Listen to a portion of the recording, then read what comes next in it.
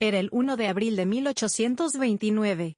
El calor recorría los pasillos del poder y, por primera vez, un hombre que había sido perseguido, marginado y combatido por el sistema, tomaba el mando de la nación. Ese día, Vicente Guerrero, uno de los grandes líderes insurgentes de la lucha por la independencia, se convertía en presidente de México. Pero no era un político tradicional. No provenía de las élites criollas que dominaban los círculos del poder. Guerrero era mestizo, afrodescendiente, un hombre de campo, de combate, de ideales. Su llegada al poder fue mucho más que una transición, fue una ruptura simbólica con el viejo orden colonial.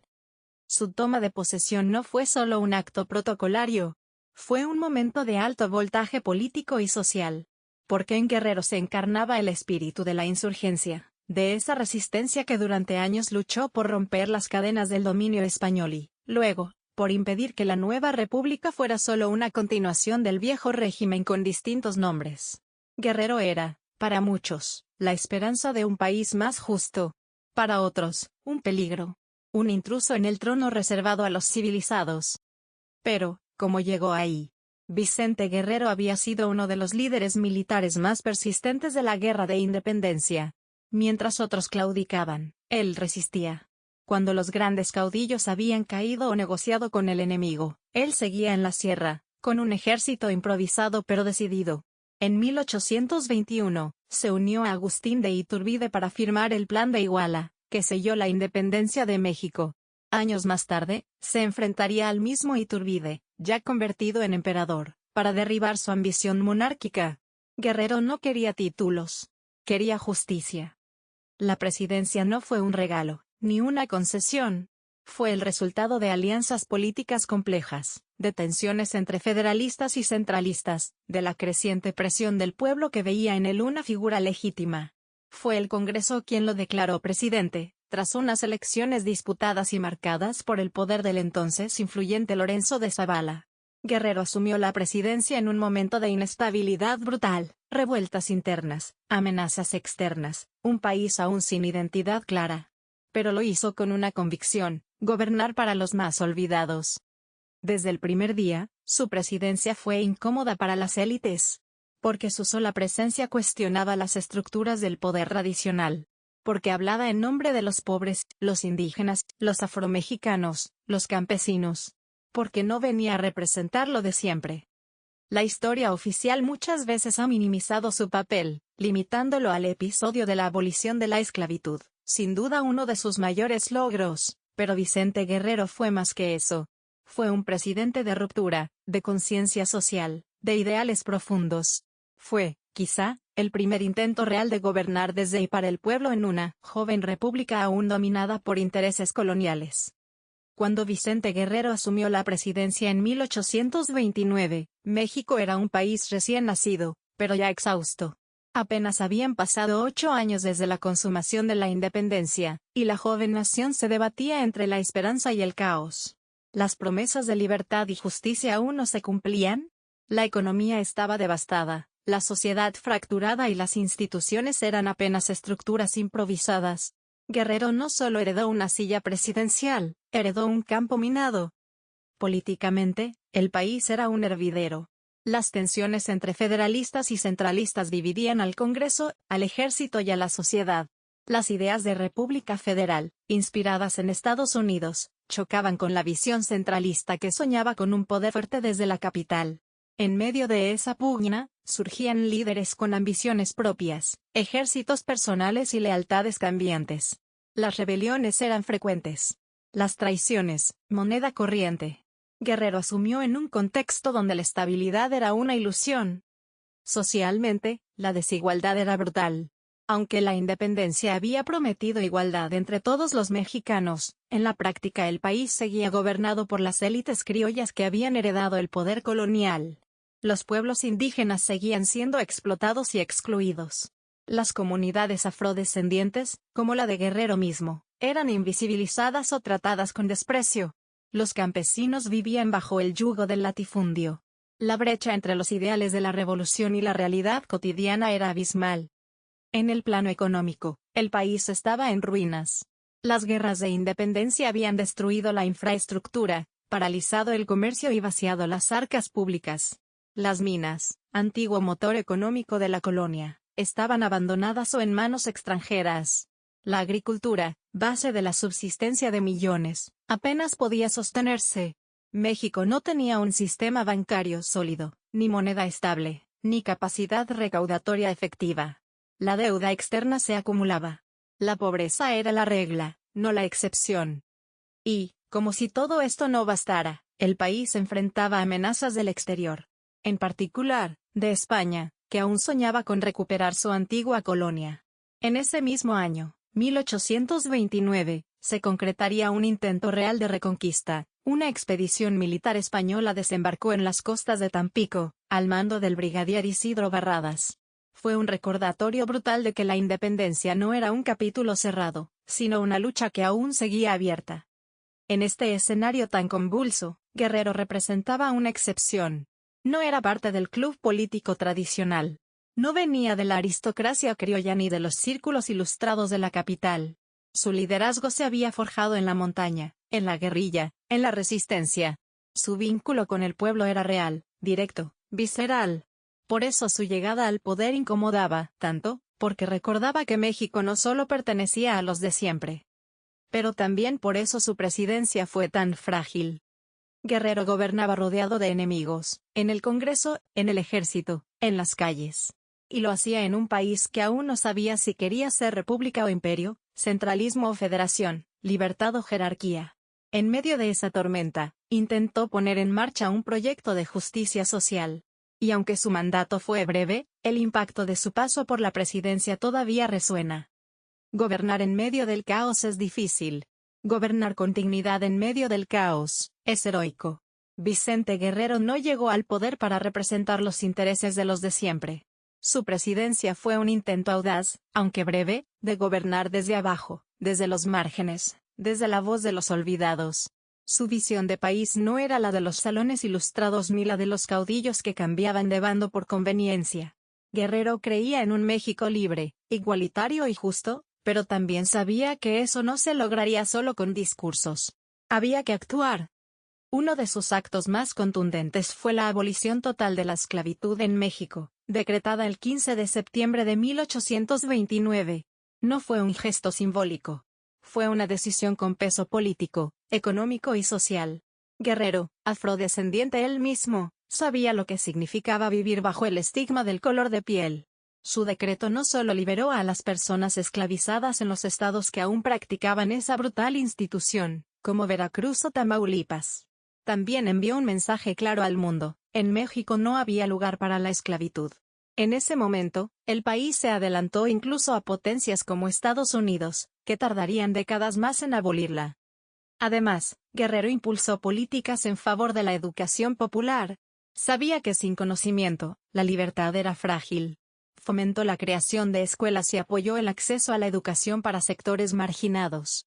Defendió la igualdad legal entre todos los ciudadanos, sin importar raza o clase.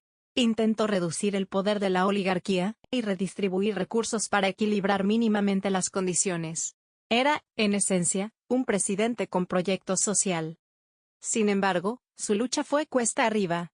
Muchos de sus decretos y propuestas fueron saboteados por un Congreso dominado por sus opositores. El ejército, dividido entre leales y traidores, complicaba la gobernabilidad. La prensa de la época lo atacaba con saña, caricaturizándolo como ignorante, inculto, incapaz. Pero lo que no toleraban, en realidad, era que no obedeciera al viejo orden. A Guerrero no le perdonaron su origen. No le perdonaron su discurso popular. No le perdonaron gobernar con el corazón en la justicia social y no en los privilegios. Por eso, durante su presidencia, la oposición creció con violencia. Surgieron conspiraciones, alzamientos, y finalmente, la traición. Aún así, su breve mandato dejó huellas profundas. La abolición de la esclavitud fue solo uno de sus legados. Guerrero también dejó sembrada la idea de que el poder puede venir de abajo.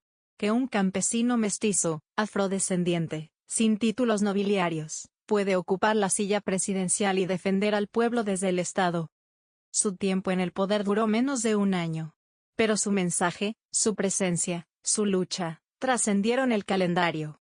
Guerrero no fue perfecto, Tuvo errores, enemigos internos, decisiones cuestionables. Pero nadie puede negar que, como pocos, intentó convertir los ideales de la independencia en políticas reales. Y por eso, su presidencia, aunque breve, sigue viva en la historia. La presidencia de Vicente Guerrero fue incómoda para los poderosos. Y cuando el poder se incomoda, actúa. No hubo una derrota electoral ni una transición pacífica. Lo que hubo fue una traición disfrazada de política, un crimen de Estado que marcaría para siempre el alma de México. Guerrero no fue derrocado, fue entregado, capturado y ejecutado. Y detrás de su caída, no solo hay nombres. Hay intereses, hay miedo, hay racismo de clase. El conflicto comenzó cuando, ante la inestabilidad del país y la oposición permanente de sus enemigos políticos, Guerrero tomó la decisión de disolver el Congreso. Esto desató una reacción violenta. El vicepresidente Anastasio Bustamante, hasta entonces su aliado, se rebeló y organizó un golpe de Estado. Se autoproclamó presidente en 1830, mientras Guerrero intentaba resistir desde el sur del país, buscando apoyo popular. Fue una guerra breve, desigual, que terminó en uno de los actos más cobardes de la historia nacional. En enero de 1831, Vicente Guerrero fue traicionado por el marino genovés Francisco Picaluga, contratado por el gobierno bustamantista para tenderle una trampa. Picaluga fingió invitarlo a negociar a bordo del barco Colombo. Una vez allí, lo capturó y lo entregó a las autoridades mexicanas. Fue un acto vil, pagado con 50,000 pesos de plata. Una traición infame que ni siquiera intentó disfrazarse de legalidad. Guerrero fue juzgado sumariamente en Oaxaca, sin garantías ni defensa real. Su ejecución se llevó a cabo el 14 de febrero de 1831 en Cuilapam. No fue una muerte en combate, ni un juicio justo. Fue un asesinato político. Murió fusilado, como muchos otros héroes de la independencia, pero con una diferencia: él había sido presidente. Había sido el rostro de los marginados en el poder. Y eso, para la élite, fue imperdonable. Su muerte provocó indignación en muchas regiones del país. Incluso figuras políticas conservadoras criticaron el hecho como una mancha indeleble en la historia republicana. Porque Guerrero no era un político más, era símbolo. Era el insurgente que no se vendió. El presidente que abolió la esclavitud. El afrodescendiente que desafió las estructuras coloniales. Y lo mataron no solo por lo que hizo, sino por lo que representaba. Con su ejecución, el poder regresó a manos de quienes se sentían dueños del país. Pero algo ya había cambiado. Guerrero se convirtió en leyenda. Su figura creció en el imaginario popular, en los relatos insurgentes, en los cantos campesinos. No pudieron borrar su memoria. No pudieron apagar su legado. Y así, el México que se construyó tras su muerte cargó para siempre con esa culpa, la de haber matado a uno de sus hijos más fieles. La historia de Vicente Guerrero no terminó con su ejecución. Al contrario, comenzó su eternidad. Aquel hombre mestizo, afrodescendiente, campesino y militar, que se negó a rendirse durante la Guerra de Independencia, que gobernó con ideales y que murió traicionado, vive en cada rincón de la memoria popular mexicana. Guerrero no fue simplemente un presidente, fue una declaración política viva, la idea de que el poder también puede y debe surgir desde abajo. Su legado es inmenso. La abolición de la esclavitud que decretó en 1829 fue uno de los actos más valientes y transformadores de la historia nacional. En un continente donde aún se comerciaban cuerpos y se heredaban cadenas, Guerrero le dio a México una estatura moral que muchos otros países tardaron décadas en alcanzar. No lo hizo por conveniencia ni por cálculo. Lo hizo porque creía que todos los seres humanos debían ser libres. Porque él mismo sabía lo que era vivir bajo la marca de la exclusión. Pero su mayor aporte no fue solo una ley o un decreto. Fue haber demostrado que la presidencia también podía ser del pueblo. Que el poder no era exclusivo de las élites criollas. Que un hombre forjado en la sierra, con acento del sur, piel morena y manos callosas, podía liderar una nación. Su sola existencia en el cargo presidencial fue un acto revolucionario. A lo largo del tiempo, su figura fue recuperada por distintas generaciones. El estado de Guerrero lleva su nombre. Sus restos descansan en la columna de la Independencia junto a otros héroes nacionales. Su rostro ha sido impreso en monedas, libros, aulas. Pero más allá del bronce y el mármol, lo que sobrevive es su ejemplo, su convicción. su necedad por la justicia. En un México donde aún persisten la desigualdad, el racismo, el clasismo y la exclusión, la historia de Vicente Guerrero sigue siendo profundamente actual. Nos recuerda que los verdaderos cambios no siempre vienen de arriba, sino de abajo, de los márgenes, de las voces silenciadas que se niegan a callar. Hoy, cuando hablamos de inclusión, de justicia social, de reparación histórica, el nombre de Guerrero vuelve a brillar. No como mártir intocable, sino como símbolo de lucha constante. Su vida no fue cómoda, su gobierno fue breve, su muerte fue injusta. Pero su legado es eterno. Porque Vicente Guerrero no fue solo un presidente. Fue, y sigue siendo, un principio ético: la patria es primero.